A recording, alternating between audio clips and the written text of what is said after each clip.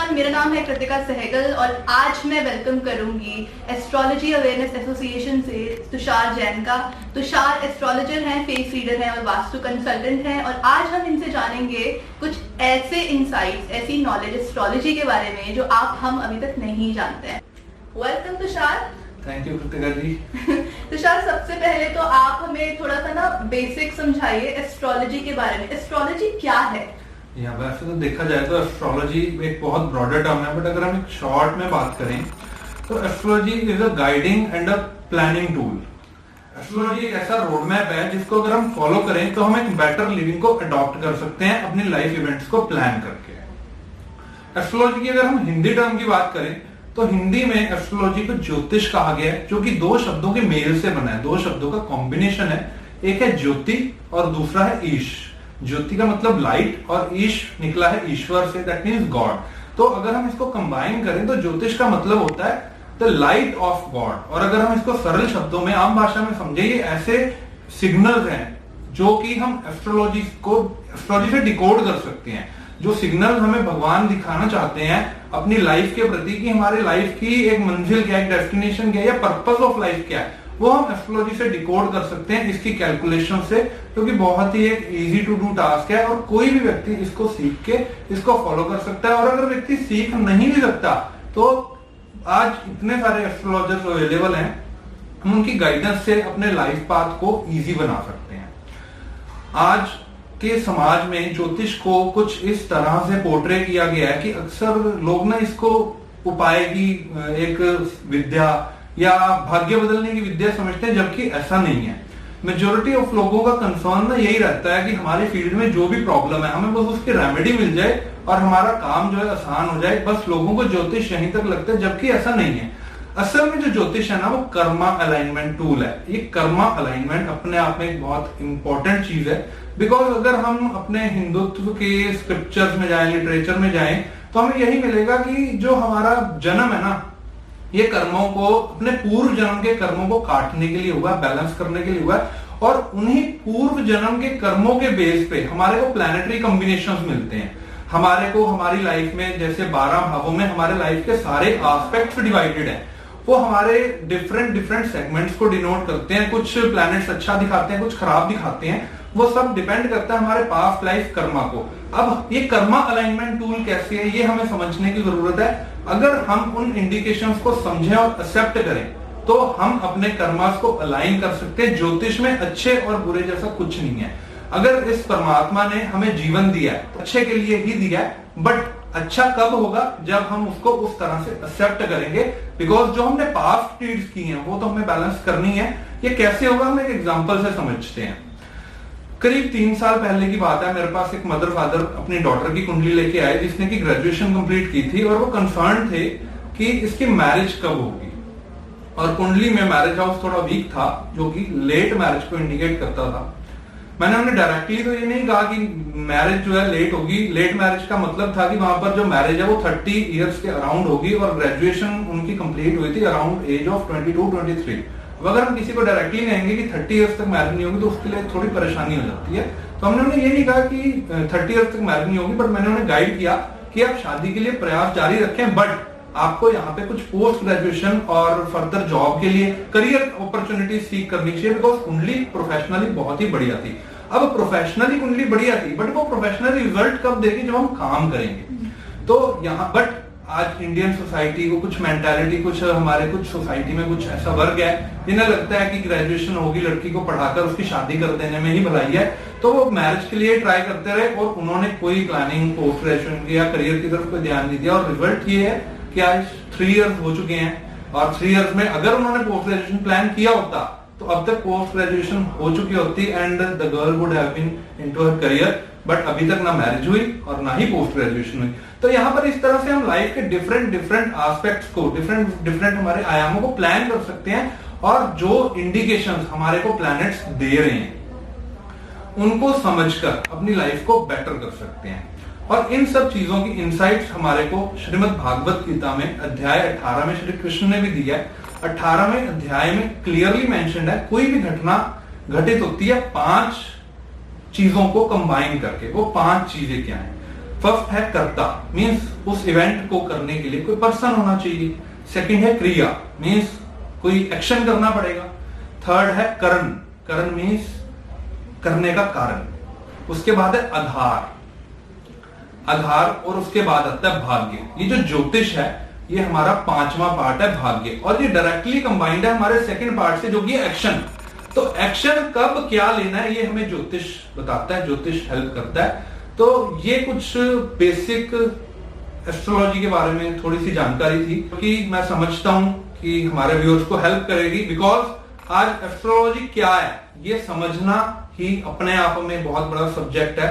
Astrology के साथ बहुत सी चीजों को जोड़ा जाता है, बहुत सी ऐसी चीजें जो कि ज्योतिष के दायरे में नहीं आती बट उसे एस्ट्रोलॉजी के साथ समझा जाता है। तो हमारी एस्ट्रोलॉजी अवेयरनेस एसोसिएशन की जो टीम है उनका मोटो भी यही है कि हम लोगों को अवेयर कर सकें कि बेसिकली एस्ट्रोलॉजी है क्या। आपने एक बात बहुत अच्छी की कि लोगों को जनरली ये लगता है कि एस्ट्रोलॉजी जो है वो भाग्य के ऊपर चलती है, जो कि सच बात भी है, बट इसमें कर्मा का भी उतना ही बड़ा रोल है जितना कि भाग्य का। जी हाँ, यहाँ पर कर्म और भाग्य एक ही गाड़ी के दो पहिए हैं, तो वो बराबर पैरेलल चलते हैं। बिल्कुल। और लोगों का यही मान्यता है कि एस्ट्रोलॉजी जो है बस वो प्रिडिक्शन करने के लिए है, और हमें बट उससे मेरा ये मानना है कि उससे भी ऊपर है। और यही बात मैं आपसे जानना चाहती हूँ कि किस तरह ये मानवता के लिए जो है एक बहुत ही अच्छी एक बहुत ही अच्छी हेल्पफुल, जिसको बोलते हैं गाइडेंस है।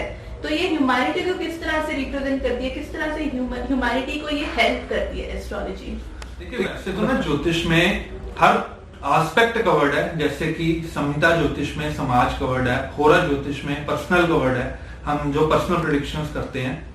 तो समाज में ह्यूमैनिटी के लिए अलग अलग तरह की विधाएं हैं, उसको हम अडॉप्ट करें, अगर उसकी कैलकुलेशंस के हिसाब से चलें, वो हमें परफेक्ट गाइडेंस देती है कि हमें किस समय क्या करना चाहिए, और अगर हम उस गाइडेंस को फॉलो करते हैं तो हम एक बहुत ही अच्छा लाइफ पाथ अडॉप्ट कर सकते हैं। तुषार जी, इतना भी बड़ा कॉन्फ्लिक्ट आ जाता है जब बात आती है एक सही एक्सपर्ट को चूज करने की।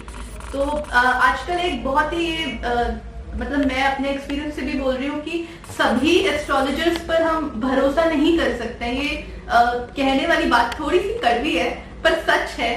तो मैं ये भी जानना चाहूंगी कि जब बात आती है कि किस पे भरोसा करें किस पे ना करें, क्योंकि कई बार क्या होता है कि वो कुछ ऐसी रेमेडीज बता देते हैं जो शायद करने की भी जरूरत नहीं होती है, तो उससे भी काफी दिक्कत होती है। तो आप इस बारे में आप किस तरह से अगर थोड़ा हमें गाइड कर सकें कि how we can choose right expert and right astrologer for us. ज्योतिष का दुर्भाग्य भी है कि ज्योतिषी बनने के लिए या नाम के साथ एस्ट्रोलॉजर लगाने के लिए ना कोई भी ऐसी प्रोफेशनल एजुकेशन नहीं है। कोई भी व्यक्ति अपने नाम के साथ ज्योतिषी लगा सकता है। बट अब यहां पर अगर हमारी लॉज में कोई ऐसी व्यवस्था नहीं है तो it's time to be vigilant. यहाँ पर जो व्यक्ति ज्योतिष से सलाह लेना चाहता है या ज्योतिष की हेल्प लेना चाहता है, यहाँ पर उस व्यक्ति को विजिलेंट होने की जरूरत है। सबसे पहले तो कोई भी व्यक्ति अगर एस्ट्रोलॉजर से कंसल्टेशन लेना चाहता है, उस एस्ट्रोलॉजर के बैकग्राउंड को चेक करें कि उन्होंने जो एस्ट्रोलॉजी सीखी है वो कहां से सीखी है, उनकी क्वालिफिकेशन क्या है। फॉर एग्जाम्पल आपको 80% 70% ऑफ द एस्ट्रोलॉजर्स, ये बहुत ही कड़वा सत्य है बट ट्रू है, बहुत से एस्ट्रोलॉजर्स मिलेंगे जिनके नाम के साथ डॉक्टर लिखा होगा, बट हार्श ट्रूथ इज कि कुछ ऐसे एस्ट्रोलॉजर्स भी हैं उनमें जिनकी पोस्ट ग्रेजुएशन की डिग्री भी कंप्लीट नहीं है, तो उनको डॉक्टरेट किसने दी, ये सोचने वाली बात है। तो सबसे पहले तो उनका बैकग्राउंड चेक करें कि वो व्यक्ति कहां से प्रोफेशनल एजुकेशन ले चुका है या उसने ज्योतिष कहां से सीखा है। दूसरा, ज्योतिष की एक सबसे फैंटास्टिक बात यह है जो हमारा प्राशर ज्योतिष है, उसमें जब भी आप किसी को कंसल्ट करने जाओगे, जब भी कोई व्यक्ति कंसल्ट करने जाएगा, उस व्यक्ति को खुद से कुछ भी प्रॉब्लम बताने की जरूरत नहीं है। अगर वो जो एस्ट्रोलॉजर है वो ट्रू एस्ट्रोलॉजी प्रैक्टिस करता है तो आपके बिना बताए वो आपकी प्रॉब्लम आइडेंटिफाई कर देगा कि आप इस कंसर्न को लेके मुझसे कंसल्ट करने आए हैं या आपका ये कंसर्न हो सकता है जो इस समय आप कंसल्टेशन जिसके बारे में चाहते हैं। तो जब भी आप एक एस्ट्रोलॉजर के पास जाएं तो कोशिश करें कि अपने आप से वो प्रॉब्लम अपनी ना बताएं, बिकॉज प्रॉब्लम बता दी, दवाई लिख के दे दी, रेमेडी लिख के दे दी, उसका जो चेक है वो तो आपको बहुत लंबे समय के बाद मिलेगा। बट जब आप किसी एस्ट्रोलॉजर के पास जा रहे हैं और वो खुद से आपको आपका की फैक्टर बता रहा है, कि एक एरिया ऑफ कंसर्न बता रहा है कि आप इस समय इस चीज से रिलेटेड परेशानी में है, या आप अगर एक्सपेंशन को लेके गए हैं तो आप इस समय एक्सपैंड करने की सोच रहे हैं। फॉरेन ट्रेवल अगर आपका कोई क्वेश्चन है तो आप इस समय फॉरेन जाने की कुंडली में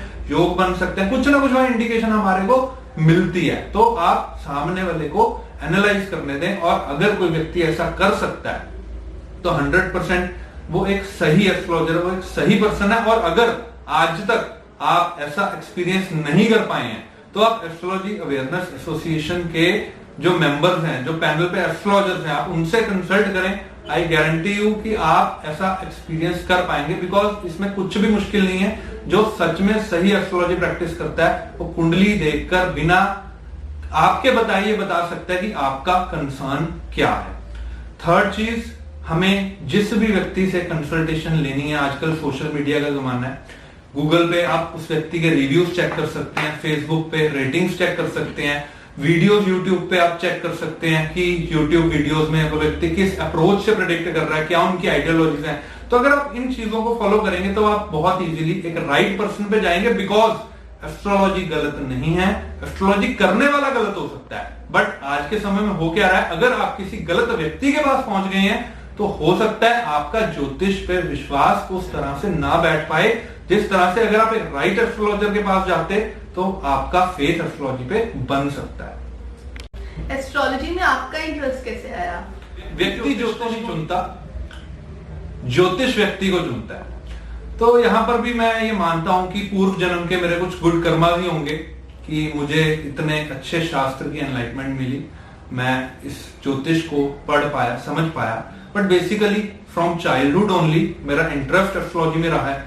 जिस उम्र में बच्चे कार्टून्स एंड कॉमिक्स में अपना टाइम स्पेंड किया करते थे, मेरा इंटरेस्ट शुरू से एस्ट्रोलॉजी में रहा है, और मैंने अपनी उम्र का वो समय एस्ट्रोलॉजी के शोज को देखकर स्पेंड कर कर निकाला है। और शुरू से ही, बचपन से ही मुझे एस्ट्रोलॉजी की मैगजीन, एस्ट्रोलॉजी की बुक्स पढ़ने का शौक था। और 10th क्लास में मुझे, जब मैंने 10th क्लास पास की तो मुझे न्यूमरोलॉजी सीखने का एक अवसर मिला, तो मैंने वहां पे न्यूमरोलॉजी सीखी। और ग्रेजुएशन के बाद मैंने ज्योतिष विद्यापीठ से ज्योतिष मार्तंड और ज्योतिष दिवाकर किया, और एट प्रेजेंट मैं एमए इन एस्ट्रोलॉजी परस्यू कर रहा हूँ। तो ये शुरू से मेरा पैशन रहा है, और वो पैशन का कारण कुछ एनर्जी भी है जो मुझे सृष्टि से मिली है। तो यहाँ पर मेरे साथ तो ये बात 100% फिट होती है कि हम ज्योतिष को नहीं चुनते, ज्योतिष हमें चुनता है। कि हम ज्योतिष को नहीं चुनते हैं, ज्योतिष शास्त्र हमें चुनता है। अगर किसी को आपसे कांटेक्ट करना हो, कंसल्टेशन देना हो, तो वो कैसे आपसे कंसल्टेशन ले सकता है? मुझसे कंसल्ट करने के लिए बहुत से माध्यम है। आप मेरी वेबसाइट www.astrologertusharjain.com पर भी विजिट कर सकते हैं।